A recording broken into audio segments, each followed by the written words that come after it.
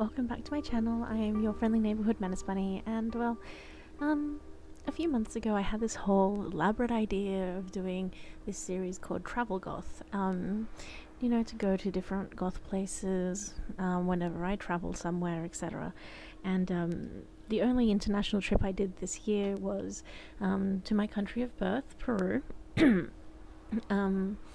Absolutely top place. It's not just llamas and Machu Picchu and potatoes. Well, potatoes and cheese. It's great. And ceviche. I'll say that. It does still have quite a lot of modern influences now. And basically, the day before I left during my 2018 trip, I discovered from one of the lovely people at Gothy, hi Jez, that Lima actually has a thriving goth scene. Now, I'd wanted to film all these things and, do a proper, look at all the goth clubs there are in Lima. However, as much as I had wanted to go out to places, I had this one itty bitty problem when I was there. Also, excuse the birds. For some reason, we've been getting a crow that comes in every day, or every second day, with some carrion or dead thing to eat in the yard. And I don't know why, but I'm gonna guess that it's like 10 million plus goth points for me. Kind of hearing having a cry. Anyway, so the other birds just completely lose it and start, going off. Anyway, where was I? Right. So my little itty bitty problem that I had was transportation. Now,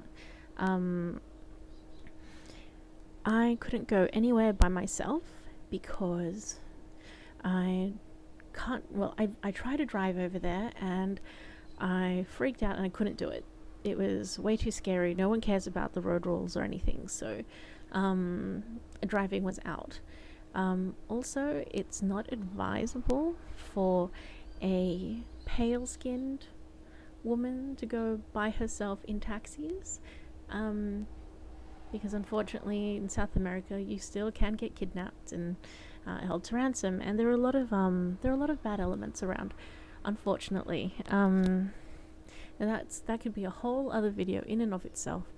But I do love the place. It is where I was born. It is where the vast majority of my family live, and so I'm always going to go back. Anyway, so back to this thing. So I couldn't just. It's not like here where I could, get a bus and go downtown and go clubbing and then safely get home. Because over there, if I wanted to get into a bus, there's no real public bus service. You've got these little combis that you just get shoved into, and unfortunately I don't really understand or know how and where they go in terms of their routes. I kind of have a fair idea because after being there for about 8 weeks, I kind of got used to the geography of the city a lot more than I had when I was a kid, because again, when I was a kid I was being ferried around in cars, so I just didn't really I kind of knew where things were, but I didn't kind of have a sense like I do now of where I was going. So anyway, long story short, it's not like I could just go out on my own. Also, I had the overprotective family not wanting me to actually go anywhere or do anything by myself because they thought I'd get kidnapped, murdered, raped, mugged, etc. And because over there, goth people, or as they're known in Latin American parts, darks, son unos darks, son dark, that kind of thing. Because of that, there was this. They've got these things about people with tattoos and piercings and weird hair and things, and they must be evil. When I was 18 and I was in Peru, I had a lady spit on me and call me a daughter of Satan. Now, I'm pretty sure I mentioned that sometime before, maybe during the Goths for Sophie calendar thing.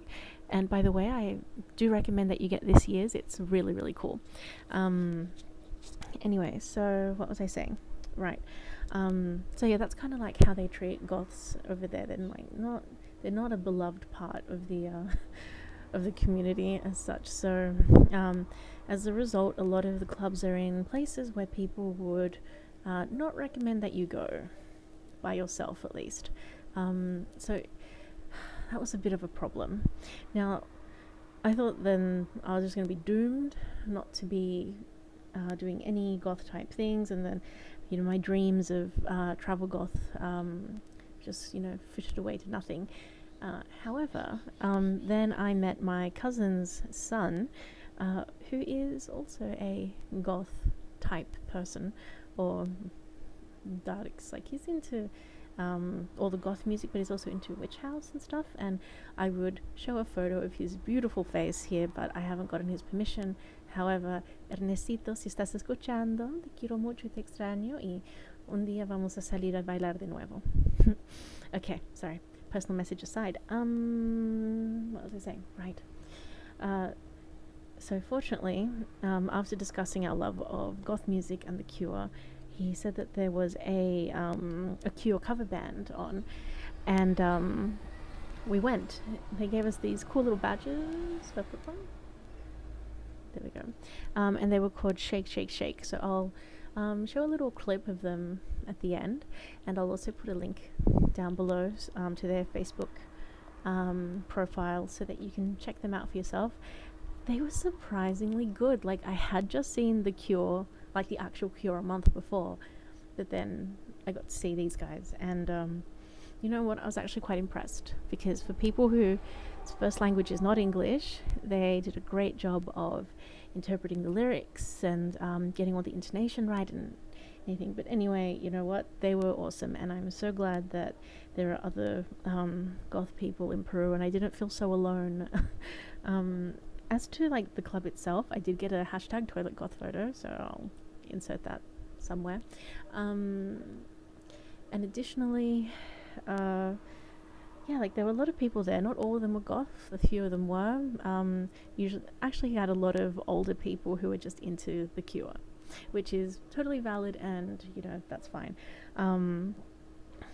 But yeah, so really bummed out that I couldn't go to these actual goth places, but I did manage to you know, get a feel for the city a lot more, and so next time I'm there, I have a better plan of how to get from point A to point B. I might just save up and hire a chauffeur for the night, because yeah, I don't know,